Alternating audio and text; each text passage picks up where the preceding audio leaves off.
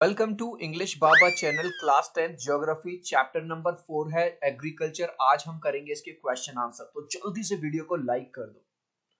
आई hope children आपने video को like कर दिया है और अभी तक चैनल को सब्सक्राइब नहीं किया तो सब्सक्राइब कर दो सो दैट आपको हमारे सारे अपडेट्स मिलते रहे। Question number 1, name one important beverage crop. Beverage का होता है चिल्ड्रन एक ऐसी चीज जिसको हम लिक्विड फॉर्म में लेते हैं, जैसे कि चाय हो गई, कॉफी हो गई, कोल्ड ड्रिंक हो गया, पानी हो गया, है ना, beverage. And specify the geographical condition required for its growth. तो बेवरेज का नाम हो गया टी, और इसके लिए किस तरह की जियोग्राफिकल कंडीशन चाहिए वो देखते हैं। सो नंबर 1 पहले हम लिखेंगे T is an important beverage crop. अब ये वाली लाइन मैंने पूरी क्वेश्चन से ही उठाई है। Following geographical conditions required for its growth. इसकी ग्रोथ के लिए क्या चाहिए? सबसे पहले ट्रॉपिकल और सब ट्रॉपिकल क्लाइमेट चाहिए। ये नहीं है कि तुम जहां रह रहे हो वहीं पे उगा दोगे, नहीं। कैसा क्लाइमेट चाहिए? ट्रॉपिकल या सब ट्रॉपिकल।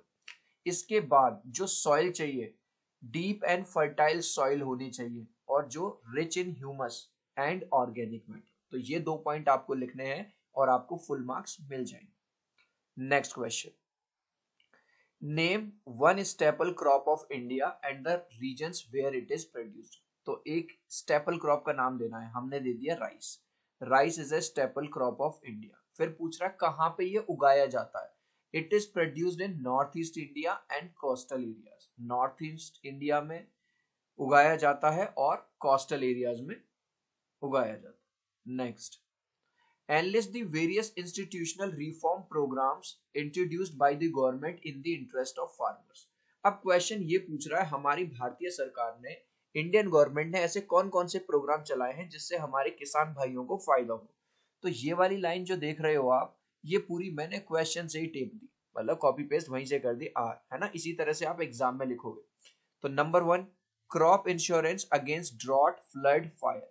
तो जैसे गवर्नमेंट हम अपने प्रॉपर्टी का इंश्योरेंस कराते हैं, अब किसान अपनी क्रॉप का भी इंश्योरेंस करा सकता है। जैसे ड्रॉट यानी सूखा पड़ गया तो किसान को पैसा मिल जाएगा अगर उसकी फसल बर्बाद हो गई, अगर उसने इंश्योरेंस ले रखा होगा। अगर बाढ़ आ गई तो उसको इंश्योरेंस फायदा करेगा। फॉरेस्ट फायर लग जाती है, बहुत सारी चीजें, अगर फसल बर्बाद हो जाती है तो भी उसको फायदा मिलेगा। मिनिमम सपोर्ट प्राइस पॉलिसी यानी कि एमएसपी ले आई गवर्नमेंट। एमएसपी का मतलब है कि लोग क्या करते थे, पहले टमाटर खरीदे, आपसे खरीद लिए, किसान से खरीद लिए 5 रुपए किलो, और बाहर जाके बेच रहे हैं 20 रुपए किलो। तो उन्होंने कहा कि अब एक मिनिमम सपोर्ट प्राइस आपको मिलेगा। जैसे गवर्नमेंट ने तय कर दिया कि कम से कम 10 रुपए किलो तो एटलीस्ट किसान को मिलना ही चाहिए। तो वो 10 रुपए एटलीस्ट पर केजी के हिसाब से उसको मिलेगा ही मिलेगा। Number 3, subsidy on agricultural tools. अब अगर किसान को एग्रीकल्चर के लिए भी तो टूल्स चाहिए भाई, ट्यूबवेल लगवानी है और सारे टूल्स लेने हैं, फर्टिलाइजर लेना है, ठीक है, बहुत सारी ट्रैक्टर लेना है, तो उस पर सब्सिडी यानी कि कम पैसे देने पड़ेंगे। उस पर जो क्या नाम है, जो टैक्स लगेगा वो भी ना के बराबर लगेगा।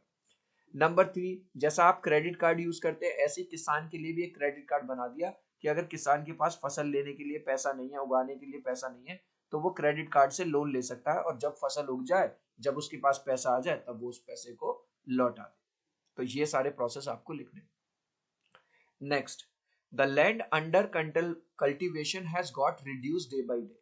भाई जो हमारी जो जमीन है जिसपे खेती होती है वो दिन पे दिन कम होती जा रही है। क्यों? क्योंकि हम मॉल बना रहे हैं, रोड बना रहे हैं, हॉस्पिटल बना रहे हैं, स्कूल बना रहे हैं, बिल्डिंग्स बना रहे हैं। Can you imagine it's consequences? Consequences का मतलब होता है परिणाम। अब इसका रिजल्ट क्या होगा, क्या परिणाम होगा इसका? इट्स कॉन्सिक्वेंसेस विल बी, इसके परिणाम ये होंगे। Number 1, food shortage. भाई जिस जमीन पे पहले खेती हो रही थी, अब उस जमीन पे आपने घर बना दिया, अब उस जमीन पे मॉल बना दिया, तो जाहिर सी बात है जो खाना है वो कम होगा। Rise in price of food grains. जब किसी चीज की डिमांड ज्यादा हो जाए और वो चीज कम हो तो उसकी प्राइस बढ़ जाते हैं, पैसे बढ़ जाएंगे। Unemployment for farmer. जब उनकी जो जमीन है जिसपे वो खेती करते थे, जब वो रहेगी नहीं, तो बेचारे किसानों के पास कोई काम नहीं रहेगा।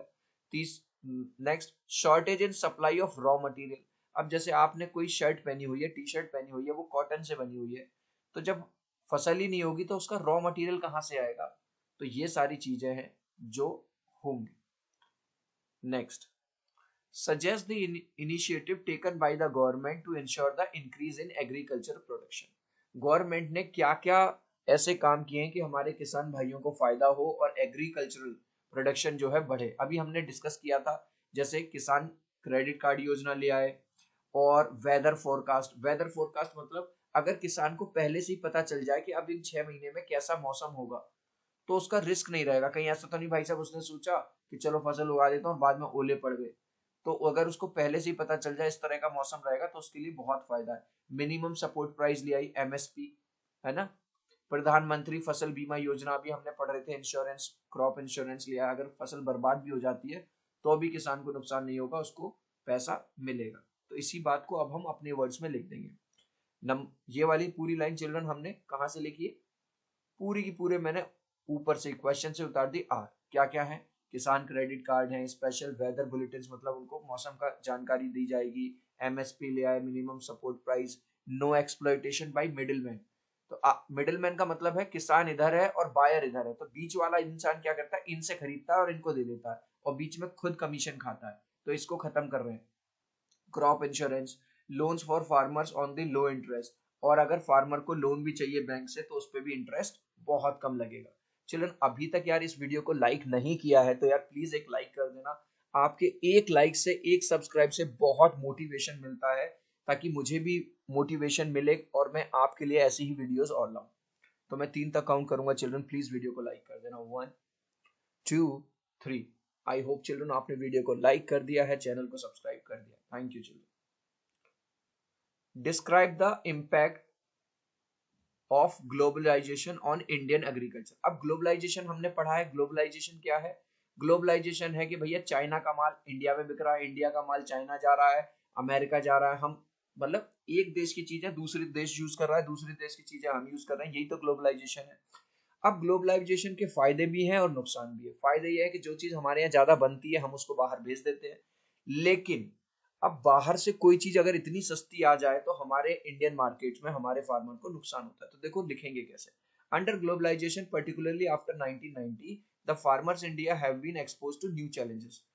भाई जब से भारत ग्लोबलाइजेशन आया 1990 के बाद से इंडियन फार्मर्स को नए नए चैलेंजेस फेस कर रहे हैं। Despite being an important producer of rice, cotton, rubber, tea, coffee, jute, and spices, our agriculture products are not able to compete with the developed countries because of the highly subsidized agriculture. अब भाई वहां के America के तो जो किसान है भाई साहब वो बहुत ज्यादा पढ़े लिखे हैं, उनके पास अलग तरह की टेक्नोलॉजी है, उनकी गवर्नमेंट भी उन्हें बहुत ज्यादा सब्सिडी और अलग से सैलरी वगैरह दे रही है, जो कि हमारे यहाँ देना पॉसिबल नहीं है क्योंकि हमारी पॉपुलेशन बहुत ज्यादा है। तो इस बात का भी हमारे फार्मर्स को नुकसान हो रहा है। Today Indian agriculture finds itself at crossroads. To make agriculture successful and profitable, proper thrust should be given to the improvement of the condition of marginal and small farmers.